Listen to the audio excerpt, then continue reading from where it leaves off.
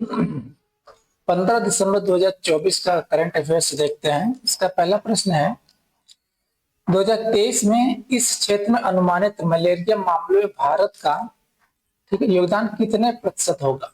किस क्षेत्र में अनुमानित मलेरिया मामले में भारत का योगदान कितने प्रतिशत होगा? ए 30%, 2023 में, कब बोला? 2023 में। ए 30%, बी 50%, सी 72% या डी 88%। भारत का हिस्सा होगा इसमें लगभग कितना? ये होगा ये 50%। ठीक है। वर्ष 2023 में भारत ने इस क्षेत्र में मलेरिया के अनुमानित मामलों में से लगभग 50% का योगदान दिया है। इसमें मलेरिया, ठीक है, मलेरिया क्षेत्र जो अन्य देशों की तुलना में एक महत्वपूर्ण हिस्सा है। यह पिछले कुछ वर्षों में मामलों को कम करने में उल्लेखनीय प्रगति के बावजूद भारत में मलेरिया के बोझ को उजागर करता है। ठीक है। इंडोनेशिया के साथ जो लगभग 1/3 मामलों के लिए जिम्मेदार है, ये दोनों देश क्षेत्रीय मलेरिया के आंकड़ों के क्षेत्र केंद्र में है। किसमें? क्षेत्रीय मलेरिया के आंकड़ों के केंद्र में है। भारत में मलेरिया के मामलों को और कम करने के प्रयास वैश्विक मलेरिया न्यूनीकरण लक्ष्यों को प्राप्त करने के लिए महत्वपूर्ण है। ठीक है। क्या मतलब? भारत प्रयास वैश्विक मलेरिया न्यूनीकरण के लक्ष्यों को प्राप्त करने का प्रयास कर रहा है। अगला प्रश्न है, भारतीय संविधान के किस अनुच्छेद के तहत सर्वोच्च न्यायालय को विशेष अनुमति याचिकाओं यानी कि SLP पर सुनवाई करने की विवेकाधीन शक्ति है? किस पे? SLP पे। ए अनुच्छेद 136 के तहत, बी अनुच्छेद 142 के तहत, सी अनुच्छेद 226 के तहत या डी अनुच्छेद 124 के तहत। ये पूछ रहा है इसके तहत क्या SLP की सुनवाई का अधिकार है? किसको? न्यायालय को, सर्वोच्च न्यायालय को। तो ये किसके लिए क्या है? 136 अनुच्छेद 136 के तहत क्या ये SLP को सुन सकता है। ठीक है। भारतीय संविधान का अनुच्छेद 136 सर्वोच्च न्यायालय को विशेष अनुमति याचिकाओं पर यानी SLP पर सुनवाई करने का विवेकाधीन अधिकार देता है। SLP पर क्या है? सर्वोच्च न्यायालय सुनवाई कर सकता है। किससे? विवेकाधीन अधिकार देता है। किस पे? SLP पे। कौन सा? अनुच्छेद 136। यह असाधारण अधिकार न्यायालय को कानून के महत्वपूर्ण प्रश्नों या न्याय की संभावित विफलताओं से जुड़े मामलों को संबोधित करने की अनुमति देता है। क्या करता है ये संभावित विफलताओं से जुड़े मामलों को संबोधित करने की अनुमति देता है, भले ही अपील का कोई प्रत्यक्ष अधिकार मौजूद ना हो। यानी कि कोई अपील का कोई प्रत्यक्ष अधिकार नहीं है, तब भी क्या है? संभावित विफलताओं से जुड़े मामलों को संबोधित करने की अनुमति देता है। अनुच्छेद 136।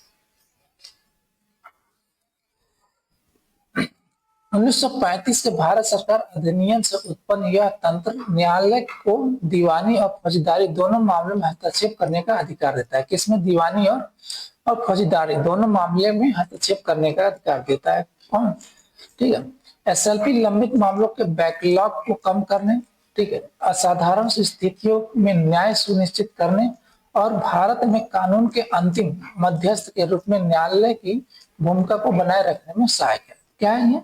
बैकलॉग को कम करता है, असाधारण स्थितियों में न्याय सुनिश्चित करने और भारत में कानून के अंतिम मध्यस्थ के रूप में न्यायालय की भूमिका को बनाए रखने में सहायक होता है।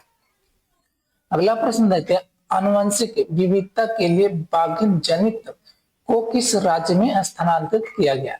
क्या बाघिन जिन्नत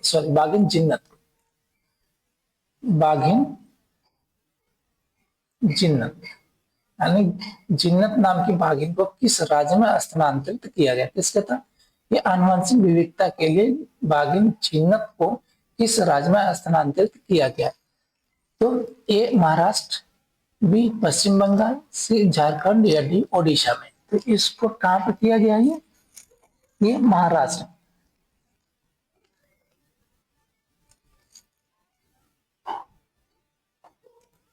सॉरी महाराष्ट्र नहीं, ये ओडिशा।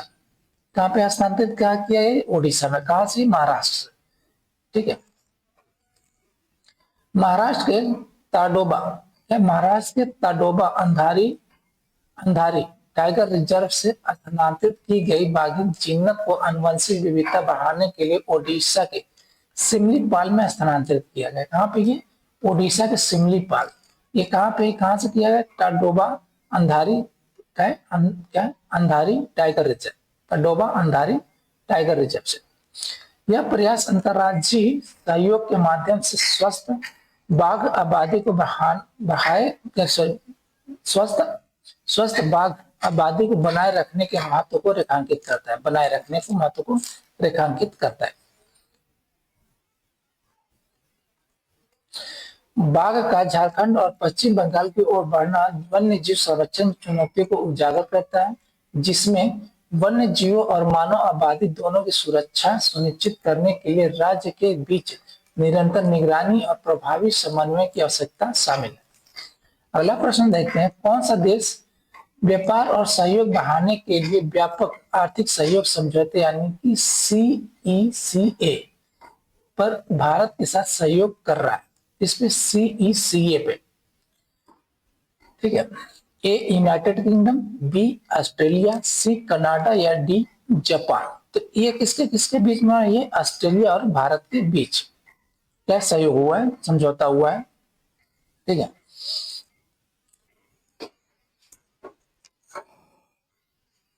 भारत और ऑस्ट्रेलिया व्यापक आर्थिक सहयोग समझौते यानी कि CECA को अंतिम रूप देने की दिशा में काम कर रहे हैं, ठीक है। जो एक मुक्त व्यापार समझौता है जिसका उद्देश्य टैरिफ को खत्म करना है। क्या है इसका? मुक्त समझौता यानी कि फ्री ट्रेड,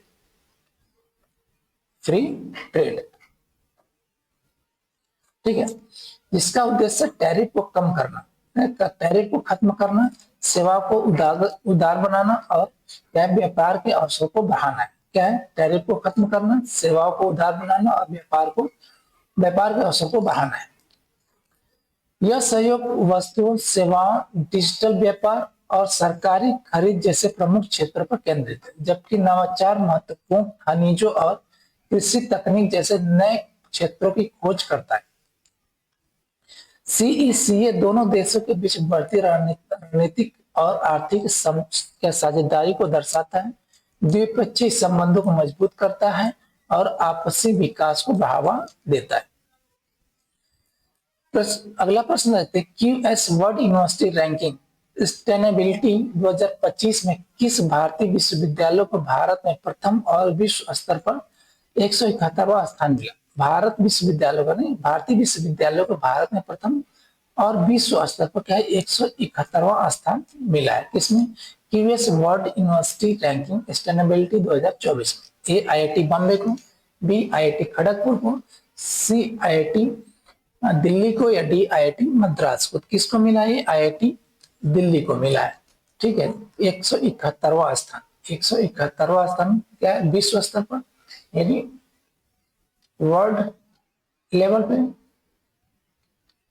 और फर्स्ट है कंट्री लेवल में भारत।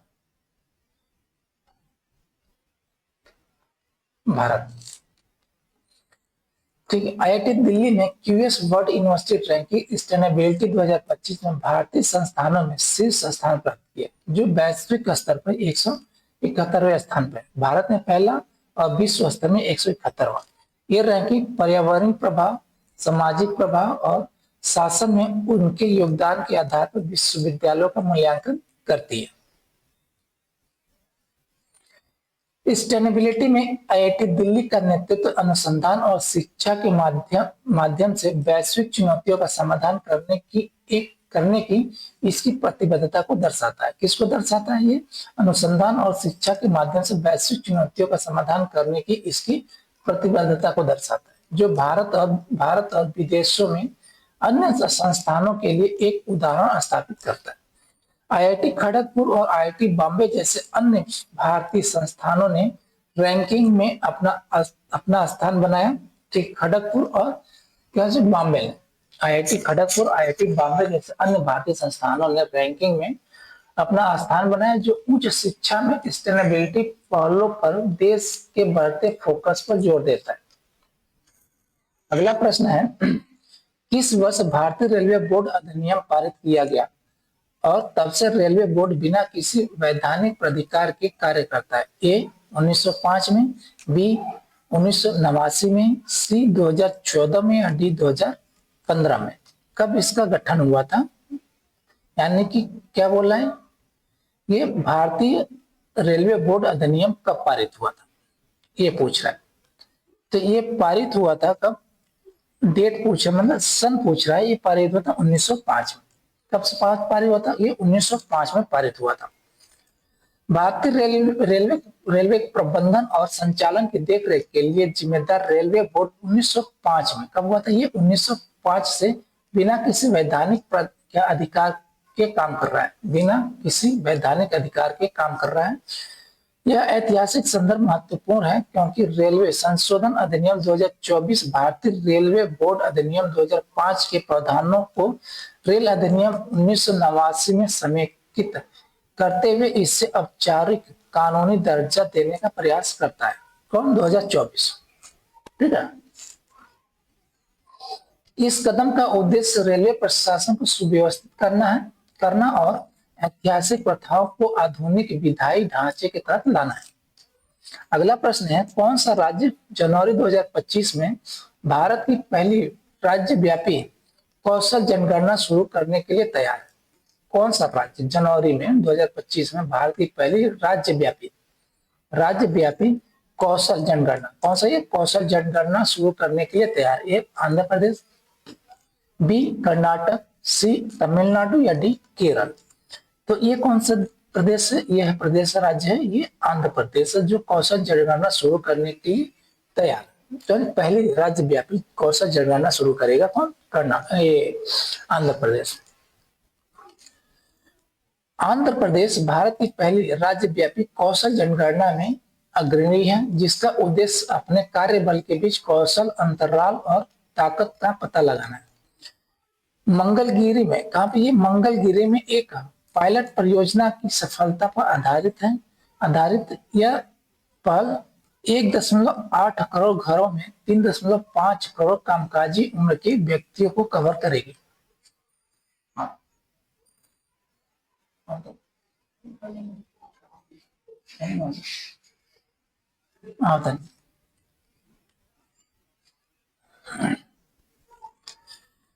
मौजूदा कौशल को उद्योग की मांगों के साथ जोड़कर और युवा बेरोजगारी को संबोधित करके जनगणना रोजगार सृजन और आर्थिक विकास को बढ़ावा देने का प्रयास करती है। कौशल आईडी को आधार से जोड़ने जैसे अभिनव उपाय कौशल अवसरों तक पहुंच को बढ़ाएंगे, जो लक्षित हस्तक्षेपों के माध्यम से रोजगार चुनौतियों का समाधान करने के लिए आंध्र प्रदेश की प्रतिबद्धता को प्रदर्शित करता है। अगला प्रश्न, किस संस्थान ने दुनिया का सबसे बड़ा और सबसे विस्तृत उच्च रिजोल्यूशन 3D भ्रूण मस्तिष्क एटलस धारिणी विकसित किया है? A IIT Kanpur, B IIT Madras, C IIT Delhi या डी आईआईटी बॉम्बे? तो ये कौन सा? ये आईआईटी क्या है? मद्रास। मद्रास ने दुनिया का सबसे बड़ा और सबसे विस्तृत उच्च रिजोल्यूशन 3D भ्रूण मस्तिष्क एटलस धारिणी, क्या नाम है इसका? धारिणी है। किसका नाम है इसका? इसका धारिणी विकसित किया है।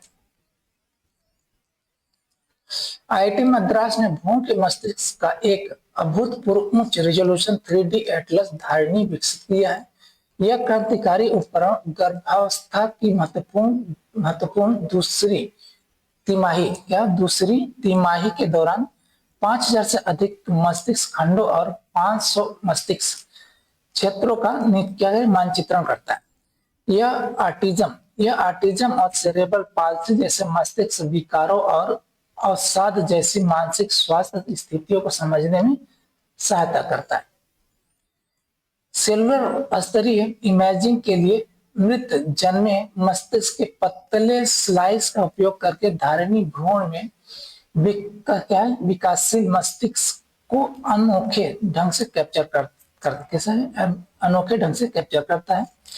यह 2016 के यूएस एलन इंस्टीट्यूट के वयस्क मस्तिष्क एटलस सहित मौजूदा मस्तिष्क एटलस से आगे निकल गया है और इससे कृत्रिम बुद्धिमत्ता अनुसंधान और मस्तिष्क विज्ञान को महत्वपूर्ण रूप से आगे बढ़ाने की उम्मीद है। अगला प्रश्न है, भारत में आपदा प्रबंधन अधिनियम किस वर्ष लागू किया गया था? ए 2004 में, बी 2001 में, सी 2005 में या डी 2008 में? कब लागू किया गया था इसको पूछा है। इसको लागू किया गया था 2005 में। क्या है? आपदा प्रबंधन अधिनियम यानी कि डिजास्टर मैनेजमेंट एक्ट। ठीक है, DMA यानी डिजास्टर मैनेजमेंट एक्ट। भारत में आपदा प्रबंधन के लिए एक व्यापक कानूनी ढांचा स्थापित करने के लिए आपदा प्रबंधन अधिनियम 2005 में लागू किया गया था। कब में? 2005 में। इस अधिनियम ने राष्ट्रीय और राज्य आपदा प्रबंधन प्राधिकरणों के लिए आधारशिला रखी और आपदा की तैयारी, शमन और प्रतिक्रिया के लिए एक व्यवस्थित दृष्टिकोण प्रदान किया। इसका महत्व अभी भी महत्वपूर्ण है, जैसा कि आपदा प्रबंधन संशोधन विधेयक 2024 में दर्शाया गया, जो मूल अधिनियम की परिचालन चुनौतियों को बढ़ाने और संबोधित करने का प्रयास करता है ताकि उभरती जरूरतों के साथ बेहतर तालमेल सुनिश्चित हो सके। ठीक, अगला प्रश्न है, 16वें वित्त आयोग के अध्यक्ष कौन है जिन्होंने उपकरणों और अधिभारों पर केंद्र की बढ़ती निर्भरता के मुद्दे को जटिल मुद्दा बताया है? क्या बताया कि उपकरणों और अधिभारों पर केंद्र की बढ़ती निर्भरता के मुद्दे को क्या जटिल मुद्दा बताया। ठीक है, ए रघुराम राजन, बी एनके सिंह, सी मोन्टेक सिंह अहलुवालिया या डी अरविंद पनगड़िया? तो ये कौन है? ये अरविंद पनगड़िया है जिन्होंने जटिल मुद्दा बताया है। किसमें? उपकरणों और अधिभारों पर केंद्र की बढ़ती निर्भरता के मुद्दे को जटिल मुद्दा बताया है। 16वें वित्त आयोग के अध्यक्ष अरविंद पनगड़िया ने उपकरण बोल दिया उपकर। क्या ये? उपकरण है, उपकरण नहीं है, उपकर। ठीक है, उपकर और अधिभार पर केंद्र की बढ़ती निर्भरता के बारे में चिंता व्यक्त की, जिसे राजस्व के विभाज्य पूल के हिस्से के रूप में राज्यों के साथ साझा नहीं किया जाता है। ठीक है, यह मुद्दा 80वें संविधान संशोधन से उपजा है। कौन संशोधन? ये 80वें संविधान संशोधन से उपजा है, जिसने औपचारिक रूप से अनुच्छेद 270 के तहत ऐसे राजस्व साझा करने से बाहर रखा है। विशिष्ट उद्देश्यों या उच्च आय वर्गों पर लगाए गए उपकर और अधिभार भारत की राजकोषीय नीति में महत्वपूर्ण उपकरण हैं, लेकिन राजस्व वितरण और संघीय वित्तीय इक्विटी के बारे में सवाल उठाते हैं। थैंक यू, धन्यवाद।